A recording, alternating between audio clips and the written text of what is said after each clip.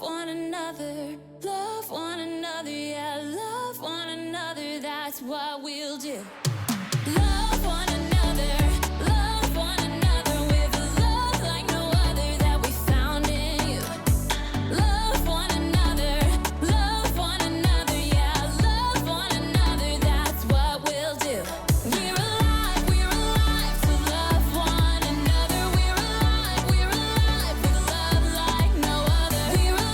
We're alive, we're sisters and brothers. We're alive to love one another.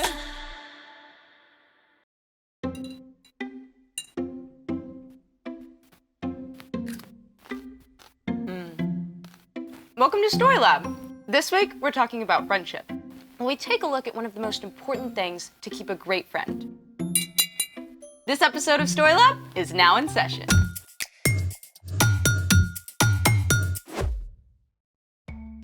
Hey, I'm Sebastian. And I'm Skylar. We're talking about friendship. And what is friendship, Sebastian?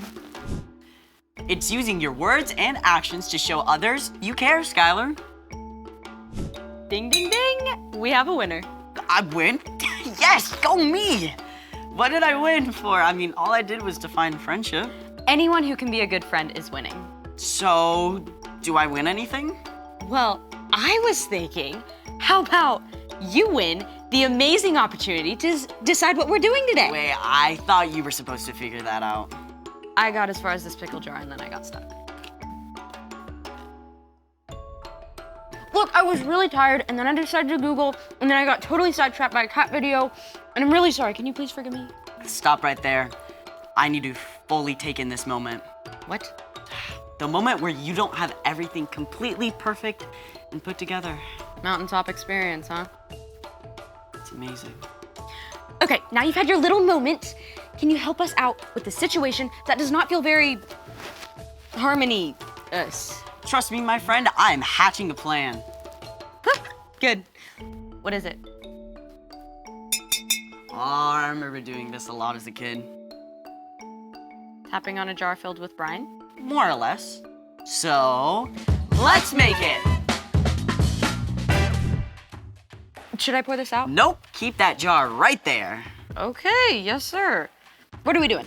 Step 1, line up 7 clear jars. It's easier if they're all the same size. Step 2, fill the first jar just below the rim.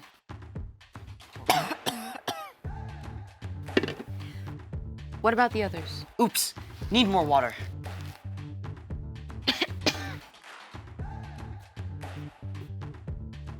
Okay, I'm back.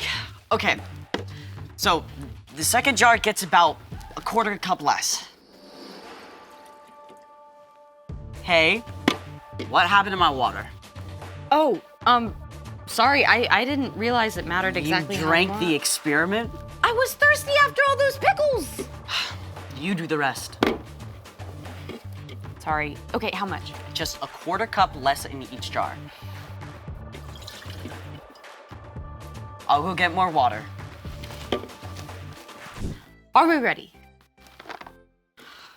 You know, it should be possible to complete a scientific experiment without food coloring. Possible, yes. Fun, no. You don't have to add rainbow food coloring, but it can help you remember which note is which. See, we already have a green.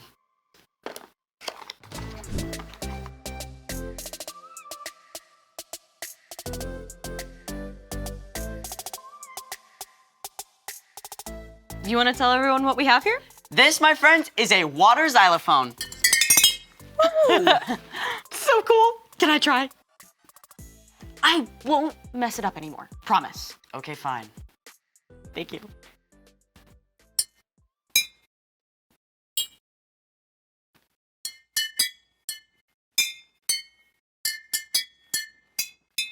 Thank you. Wait, it's your birthday? In like 7 months. You play something.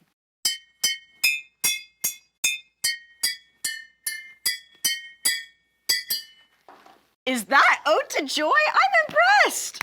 Okay, do it.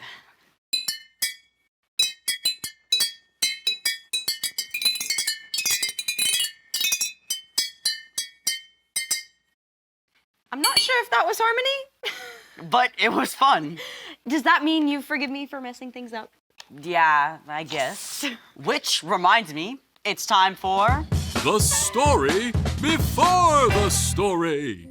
Today, we're in the book of Colossians. Colossians is one of 21 letters in the New Testament, written by the leaders of the early church to new Jesus followers. The apostles wanted everyone to know about the radical new way Jesus wants us to live. In the Roman Empire, people like women, children, poor people, and enslaved people were viewed as worthless, with no hope of something better. But within the church, All people were viewed as equal because the believers knew that God loves everyone. but the Apostle Paul heard that some false teachers were spreading lies about who Jesus is and what it means to follow him, So Paul wrote a special letter to set the record straight. which is where our story starts. Take it away. Hey everyone, I'm Padma. The Apostle Paul was pretty upset when he discovered false teachers were spreading lies about Jesus. So, even though he was under house arrest at the time, he wrote a letter to remind them of the truth. The Son is the exact likeness of God who can't be seen. The Son is first, and he is over all creation. Paul made it clear Jesus shares God's power, and that it's only through following Jesus that we can live a life pleasing to God. Toward the end of the letter, Paul got down to the nitty-gritty of what that looks like. Put up with one another. Forgive one another if you are holding something against someone. Forgive, just as the Lord forgave you. Short and sweet, huh? But wow, there's a lot packed inside. First off, put up with one another. That means treating each other with kindness, even if your friend doesn't agree with you about everything. Let's be real. People are gonna do and say things that bug you, even your friends. If you turn your back on everyone that annoys you, you're gonna be awfully lonely. Now, let's take a look at the second part of the verse. Forgive one another if you're holding something against someone. Okay, let's say you're in PE class and your friend picked someone else for the team when you thought they should have picked you.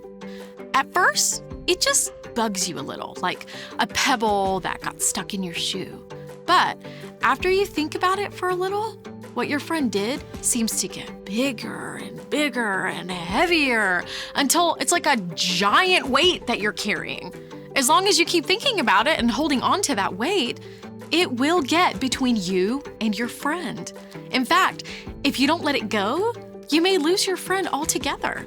Not only that, but holding on to this heavy weight takes up all your energy for doing other things too. Thankfully, God made a way for us to let go of whatever we're holding against our friends or anyone else. Paul wrote in his letter to the Romans, "But here is how God has shown his love for us. While we were still sinners, Christ died for us." God did not wait for us to get our act together before coming to rescue us.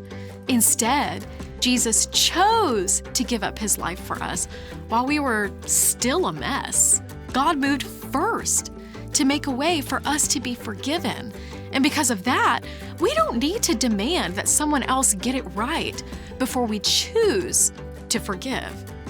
When you choose to forgive, it's like you're letting go of that huge, heavy weight, and there's a much better chance that your friendship can be repaired. Now, forgiving a friend does not mean that what they did was okay or that you have to let them keep hurting you. It simply means that you're leaving room for God to make things right. You don't have to carry around that heavy weight anymore. When you choose to forgive your friends, you may find that they're more ready to forgive you too. Let's see our verse all together again. Put up with one another. Forgive one another if you're holding something against someone. Forgive just as the Lord forgave you. Paul went on to write, "Let the peace of Christ rule in your hearts. As parts of one body, you were appointed to live in peace." We can only live in true peace and friendship with others when we make the choice to let go and forgive. The end. Wow, that's a hard one. Yeah, I mean, I hardly ever feel like forgiving. It's easier to keep focusing on how someone has wronged me. That's right. Forgiveness has to be a choice. So, what's our part in the story? Paul wanted the Colossians to see just how important Jesus is. And when you're following Jesus, it becomes easier to show love to others. Like through forgiveness. Exactly. And it's often the people we're closest to and love most that hurt us, even if they don't mean to. People like our friends and family. One of the best ways to maintain your relationship is to be quick to forgive. Like, if you feel like one of your friends is ignoring you, you can forgive. If a friend says something hurtful to you, you can forgive. If your friend crashed your new bike, you can forgive. Exactly. You should never let someone keep hurting you, but in many cases, forgiveness can be the glue that helps friends stick together. All you have to do is let it go, let it go. If your friends start singing overdone musical numbers, you can forgive. I think you've got it. See you next time. Bye. So here's the thing. Friends forgive one another. Thanks for forgiving me and for figuring out our experiment. Anytime. No! We're supposed to put up with each other, right? I'm not sure that includes Baby Shark. Thanks for joining us in the Story Lab. See you next time. No Baby Shark.